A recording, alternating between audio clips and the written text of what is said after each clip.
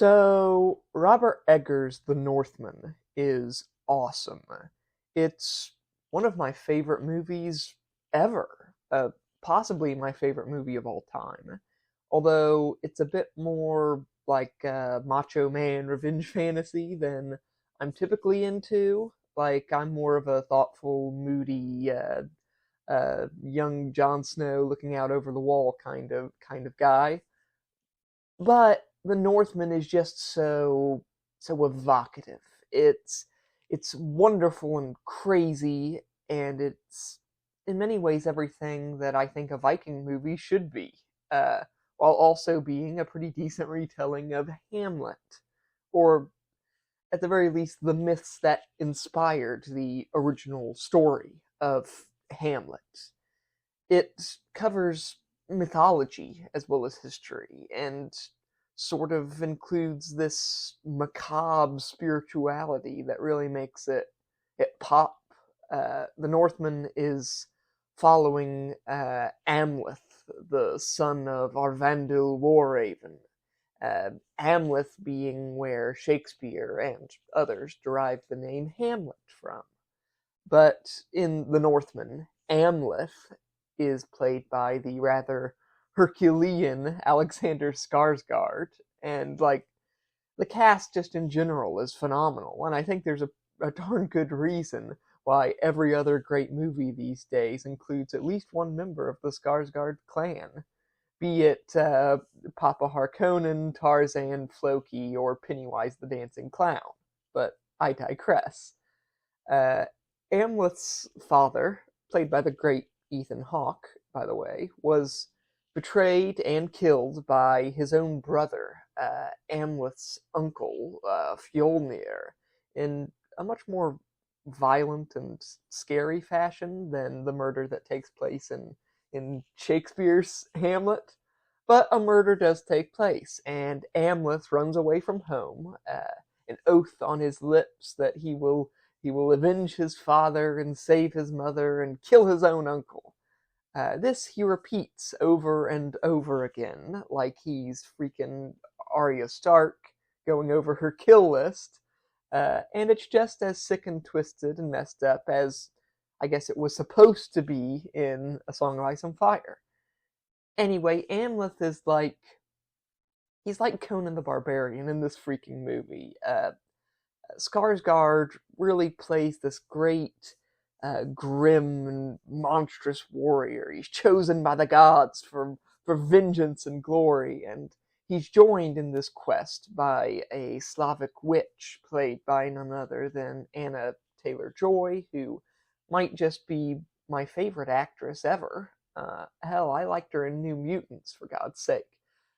But Anna does a good job at playing like this really scary, smart, mysterious character with a lot of depth to her. She's a great counterpart to Skarsgård's Amleth, serving as sort of the brains to his brawn in many ways, although he's not some sort of mindless fool like other famous warriors who I shall not name. He's just not a practitioner of magic per se. The movie is dark and creepy, and no doubt as a result of Robert Eggers' background with horror. The way magic is depicted is quite accurate to the myths, mind you, but also very very mysterious, and it has this grim dark flair to it that really makes it stand out, I think. There are a few incredible scenes, which I won't spoil, but they include uh, Willem Dafoe playing an evil jester, among other things, and it does a really good job at characterizing the way magic it operates in this world, and it's really well done, I think.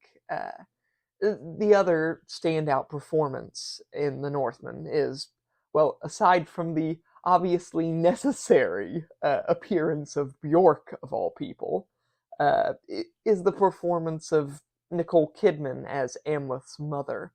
Like, I don't think Shakespeare had enough time, really, to really explore the psychology of Hamlet's mother, but Robert Eggers most assuredly had time to do it. And my God, Kidman plays like one of the most like okay, slight spoiler alert, I guess, but she's one of the most scary, devious, like disturbing characters in the movie, at least, perhaps in any movie I've seen. She's just this mix of trauma and selfishness and cruelty, and she really walked right out of Game of Thrones or something. It's a very fascinating character, and all of the performances, which are excellent, again, they're made even better by the very dark, magical Viking Age setting that Eggers has created. The cinematography is just some of the best I've ever seen, and there are ghosts and magic and very weird imagery, evocative of everything from the crucifixion of Jesus to Conan the Barbarian to the video game Death Sword, and it all works. The way the crows perch upon the rooftops, and the way just the everything kind of looks, it's very good. I love the movie, and if there's any problem with it, it's that it's not quite accuracy being an issue, because it's not meant to be historical, I don't think, but a retelling of mythology, right? The berserkers run around bare chested because that's the way the mythology portrays them, not the accurate history. They wore armor and shields and all sorts, but at least as far as people can tell.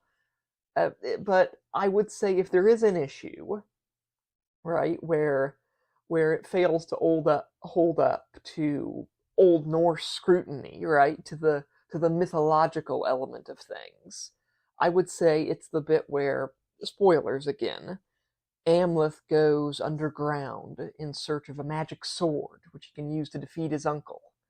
And down there, he encounters a bone walker, a draugr, and battles this creature for the sword.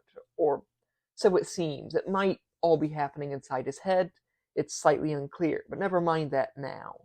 Because if this were taking place in an actual Old Norse saga, like the very similar story of Hervor, for instance, Amleth would not fight the undead warrior, but instead he would recite poetry against him. They would flight against each other, right? The Old Norse concept of it's basically a weird medieval rap battle, but it would be the strength of Amleth's willpower, his words that would win out against the undead creature. It's a bit of a nitpick, I know, but for a movie otherwise so like dramatically and drastically devoted to the spirit of an Old Norse legend, right? Taking cues from the sagas of Hrolf Kraki and Egil and Grettir the Strong, among others. I